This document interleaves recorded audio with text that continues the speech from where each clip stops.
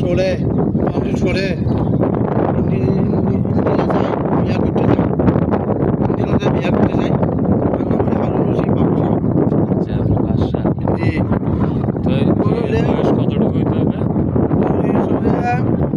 30 পারিব হ্যাঁ 40 পারিব আচ্ছা 40 পারিব হ্যাঁ ঠিক আছে এই মাথা হাত দিয়ে সুন্দর কি সুন্দর না কালো?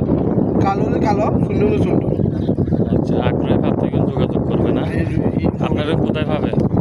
হ্যাঁ কোথায় পাবে আপনাকে?